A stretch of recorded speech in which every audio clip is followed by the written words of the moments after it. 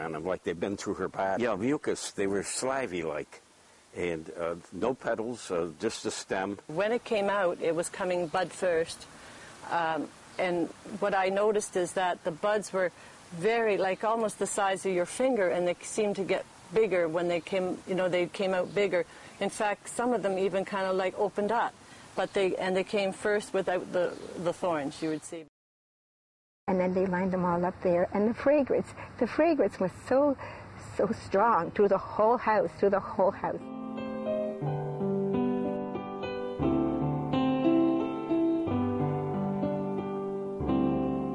And I went over and I looked, and there was the most perfectly formed circle here in her chest, and on that circle was a tiny drop of blood.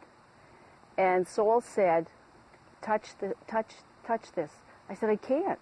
I felt this reverence and this awe. So she said, well, touch around it. So I went like this around the area, and it was a very soft, mushy feeling, almost like there was a cavern in there. And but the one person I do remember that touched the road in the hole, touched the hole, and actually put her finger in the hole was Mama. And when she took her finger out, it was like, not like blood, but it was like a liquidy substance that came from the hole. And when she did that, we went, oh, whoa. May butas talaga dito. And you could see the hole with the blood, the oil, and you could see it close before your eyes. Jesus said to me, he cannot give me his nails, and he gave me that flower. It's love, it's a gift from God, from Jesus. And the five flowers that came out the last time that I had, for the 5 wounds of Jesus.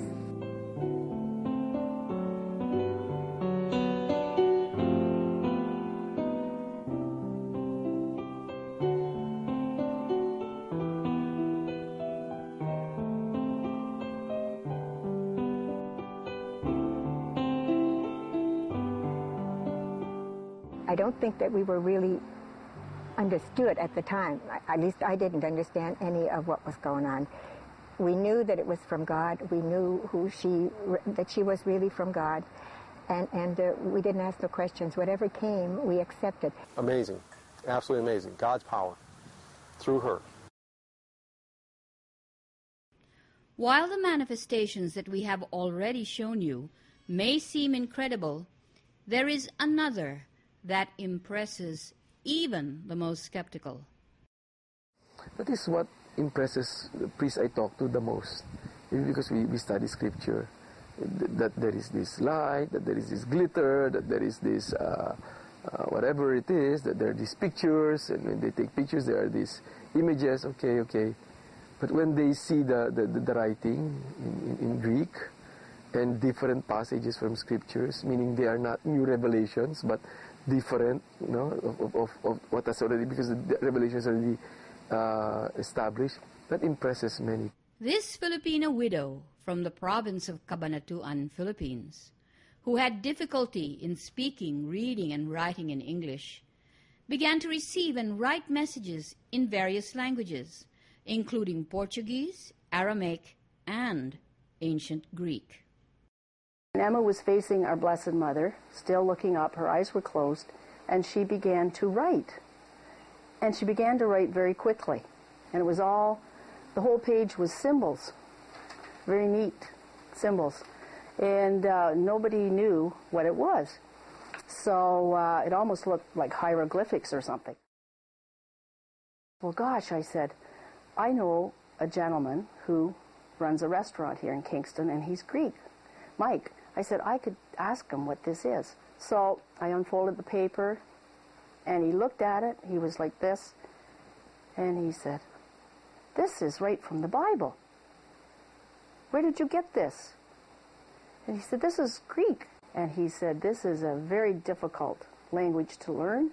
And he said, there's hardly any universities at all that will ever teach this. And he sat down with it, and he was shaking his head, and he started to translate it. It was signed by Iwanis, and he said that was John St. John, he said it would be. One of the things that really amazes me, too, is when St. John the Apostle appeared to her, she would be kneeling, looking straight, where St. John was, and then she would, move her hand to let someone know she needed, a pen and paper. And I remember Soledad would put a legal pad, a regular 8.5 by 11 legal pad, and a pen, and she was looking straight ahead at St. John, and she was writing like this, and from the top to the bottom, the whole page was written in ancient Greek. And the lines were straight, too, which is amazing, because if you tried to do that, write in your native language, whatever it is, I'm English, the lines would go up and down and all. When I was writing what he wants me to, because I knew that I was writing, it's like whenever I see him, he's there, and then I see these characters, I cannot, I just follow. Even it's like this, Emma would be able to write looking up or down with her eyes closed.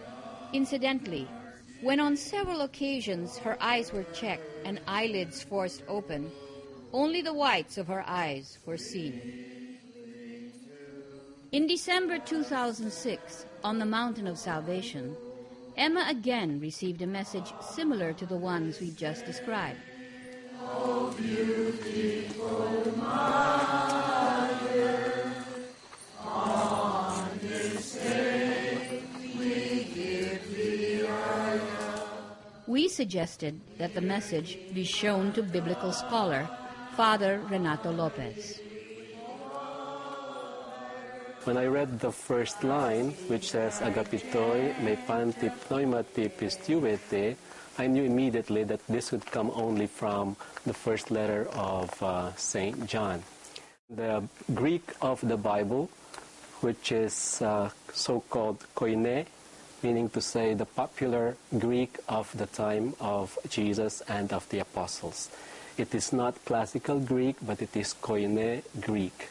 It is text of St. John. All right. There's no doubt about it. It tells us to distinguish spirits, because not every spirit is true. See? It tells us that every spirit that acknowledges Jesus Christ is a true spirit, whereas those that do not acknowledge Jesus Christ are not true spirits. When asked where one could have access to this text, and if it would be possible to memorize something like this, Father Lopez replied, One can copy from the text of the Bible, the New Testament. But you can see immediately from the writing that the one who wrote this did not actually know Greek.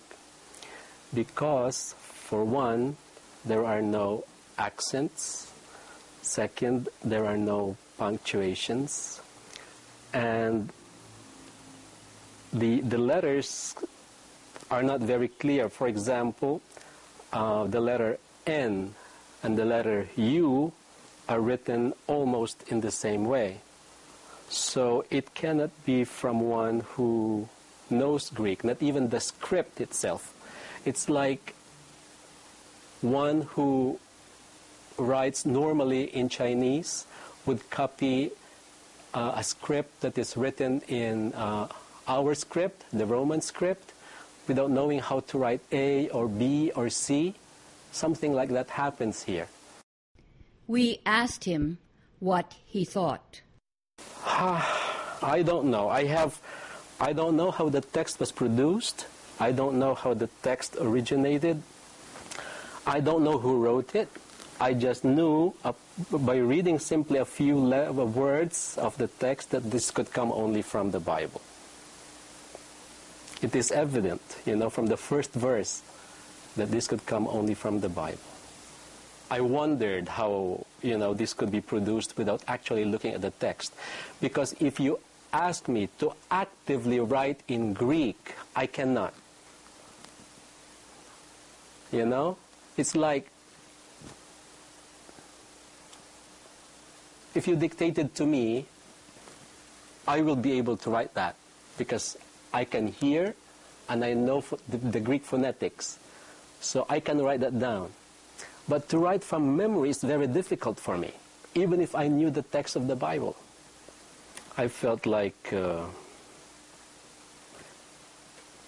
either one is